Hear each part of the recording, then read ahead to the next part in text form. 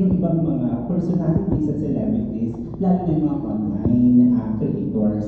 Tsaka, dito na-highlight din na baka magkaroon ba ng idea yung mga tao na nag-iisip ng mga negosyo, baka masyado tayo nag-iisip ng mga napakalaking investment. Maliit na investment lang pala, or given na kung anong meron sila, pwede na siyang maging negosyo. Bakit showbiz sidelines na 9 to 10? Yun na, kung sa deserve natin na matulog na nakangiti naman yung labig natin at hindi tayo problema sa problema ng bansa.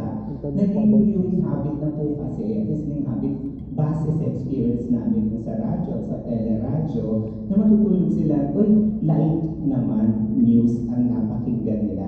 Tsaka, alam naman natin, may market po talaga ang mga nagmamaritesan na mas gusto nila na, uy, sana may showbiz, follow-up question lang. Whenever we have like, yun nga, showbiz-oriented shows, minsan yung iba pwedeng, alam mo yan, nakasuhan because ganito yung sinasabi. How do you push your artist or the celebrity on show na parang to actually be comfortable or trust you guys sa mga questions mo sa kanila? Ako feeling ko, ganyan kasi, di ba, naging kaibigan ko din naman sila at mga nakatrabaho ko sila. As far as I can remember, lagi kong pinangahawakan na hindi ko kailangan na mauna na magpaputok ng balita. Though yun naman dapat, di ba, para kapag ikaw yung nauna, siya yung pinaka-exclusive. Pero I always make it a point na alamin at tanungin sa kanya, sa management niya, sa taong mga involved doon, kung ito ba ay pwede ng pag-usapan, ikaw ba ay ready maglabas ng statement. Just to cite an example, I remember the issue of Sandro Mulak. Diba very trending siya? Magkaibigan kami and I asked him nung day na pumutok yung issue, hindi ko totally idinitalye sa showbiz sidelines yung napag-usapan namin kasi nanghingi muna ako sa kanya ng permiso kung ito ba ay pwede ng pag-usapan, ito ba ay pwede kong sabihin. Sagot niya sa akin, siguro hanggang dito lang yung pwede mo munang sabihin kasi nasa legal process na tayo. So ako marunong akong sumunod at makinig sa mga taong involved sa mga matitinding balita, kagaya yung pwede kang kasuhan. Hindi kami inalaw kasi ng management namin na parang dahil na good vibes, sinabihan din kami, nagsuggest ako before, sabi ko, di ba laging trending yung mga blind items, sobrang gustong-gusto ng mga tao yan. Sabi ng management natin, huwag na, kasi pagdating sa mga ganyang bagay, baka mamaya, doon pumasok yung kaso-kaso. Hindi naman sa nagpaka-safe, pero hindi lang talaga siya inilagay na maging sangkap ng programa namin. Kumbaga, dahil nga siguro nakita nila na ginagawa ko na yun sa ibang programa, sabi nila dito, iba naman yung pasabugin mong mga information. Iba naman mga balita. So, laging nagre-research, laging nagtatanong, at hindi rin naman kami ang totally last say. Kahit kami nakakuha ng balita, meron kaming executive producer to check kung, wag to, masyadong sensitive to, pwedeng tanongin din natin yung kabilang side para hindi yung side lang ng isa. Kaya nga nag-mention ko, gusto namin sa programa, balancing kami. Magbibigay kami ng opinion namin or facts na meron kaming baon. Pero as much as possible, dapat two sides of the stories lagi. Hindi pwedeng one-sided lang kami. Yun yung sa akin. Sa pagkaalala ko, simula ako ng radio broadcasting career ko ng September 22, 2008. Simula noon hanggang ngayon, hindi ako nag-intriga ng artista, hindi ako nagtatanong ng negatibo, lagi ako dun sa positive side. Kasi lagi ko naiisip na ayoko din namang gawin sa akin yun. Tsaka ayokong pagpiestahan ng mga tao, ang chismis lang. So lagi ako doon sa totoong yung factual na balita. And I would rather help the artist boost yung kanyang feelings at moral, may pinagdadaanan na ayoko na nagdagan pa yun. So kung magpa-backstory ka, mas ma-highlight ko yung ganda ng artista. Kasi ang nangyayari ngayon, 10 ang ginawa mo, isa lang pumalya, nandun na siya, kasi sira na yung pangalan niya. So sa aming dalawa, mabait siya. Yung ba ganun ba yun? So sa aming dalawa, yun nga, parang balance nga eh. Pag marako niya rin, nag-init na akong sumika kasi alam niyo naman, sobrang dudal ko talaga. Pag nag-init na akong sumika, laging thankful din ako sa kanya kasi lagi niyang babalansehin at nagmamata-matahan lang kami na ng pag nakaprograma. So pag may, o nga no, kailangan, alamin din po natin sa susunod na linggo kung sasagot ba siya. Okay, i-text natin ngayon. Kasi parang naging trademark ko na po yung, kunyari may pumutok na issue, tapos may contacts ako with the celebrity. So, natatawagan namin or nate-text ko sila agad-agad. Tapos, siguro dahil as I am also under Star Magic, yung mga handlers, di ba, parang kakilala ko din sila. So, hindi rin ako nahihiya na i-message, ate, may issue si ganito. Pwede ko ba siyang hingan ng something? So, marami akong nakukuha mga clips from them. Yun. Tapos, tama ka doon, papaawin. Wala kang tama. Kaya dahil doon, naka-establish ka ng close friendships sa mga celebrities. Alam mo yung kontento at kampante sila pagkasama ka dahil alam nila na Hindi mo sila pababayaan. Hindi ko sila pababayaan at talagang totoo yung pagkakaibigan ko sa kanila.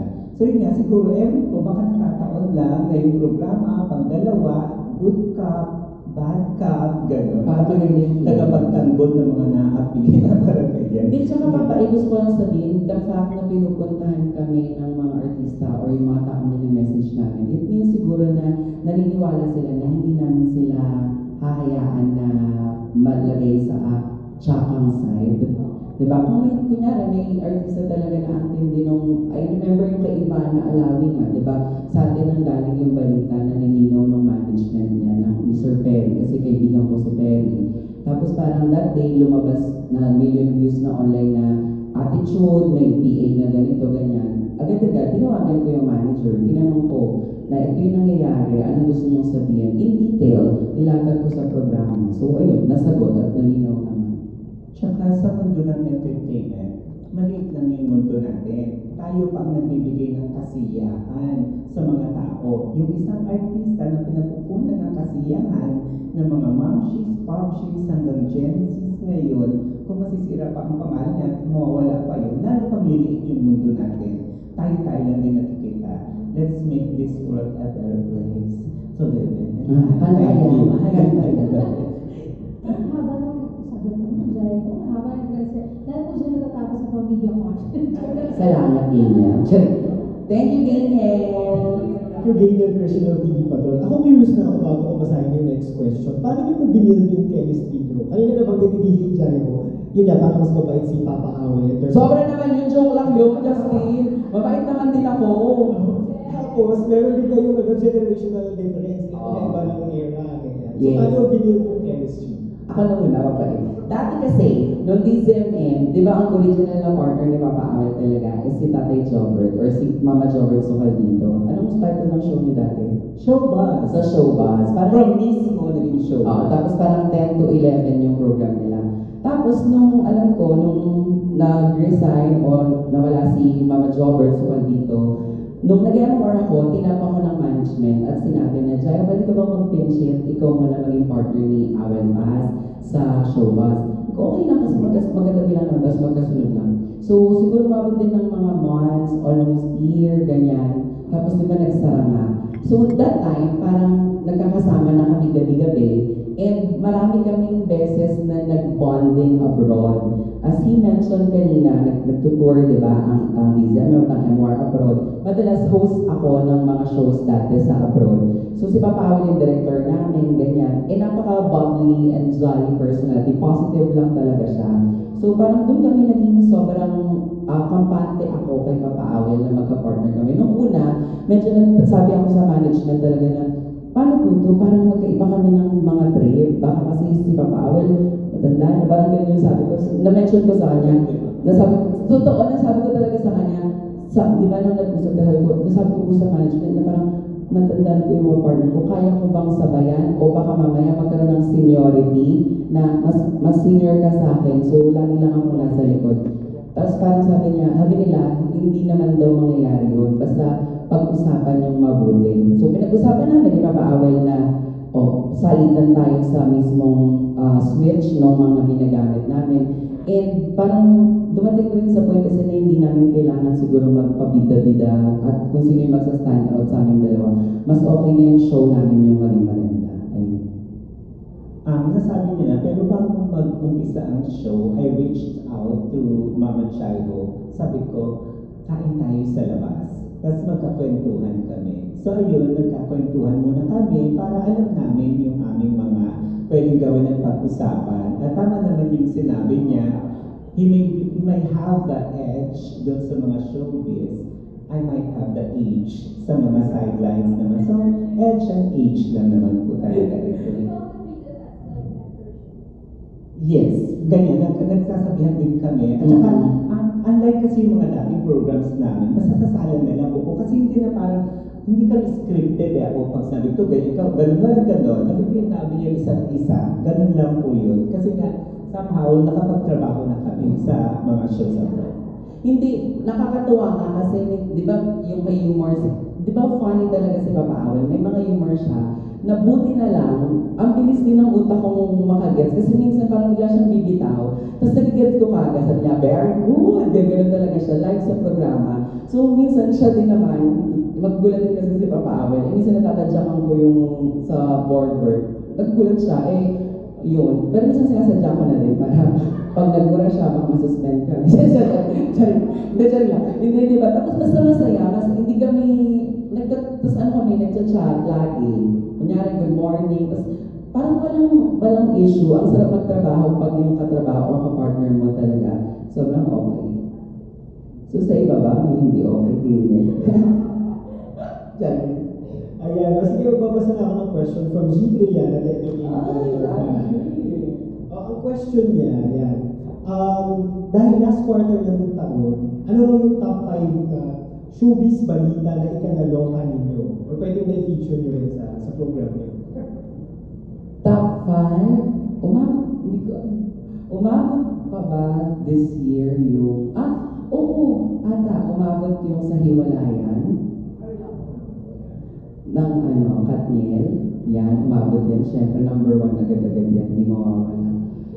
Tapos, yung Liza Soberano na...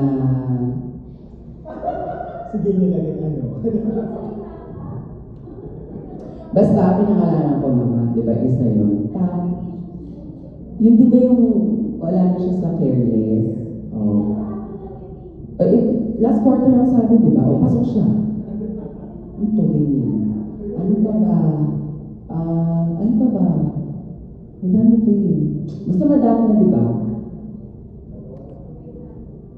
Sandro, yes. Oo, yung kay Sandro. Sino pa? Basta, Carlos Yulo, siya sa nanay niya. Angelica. Hindi masyado para sa akin.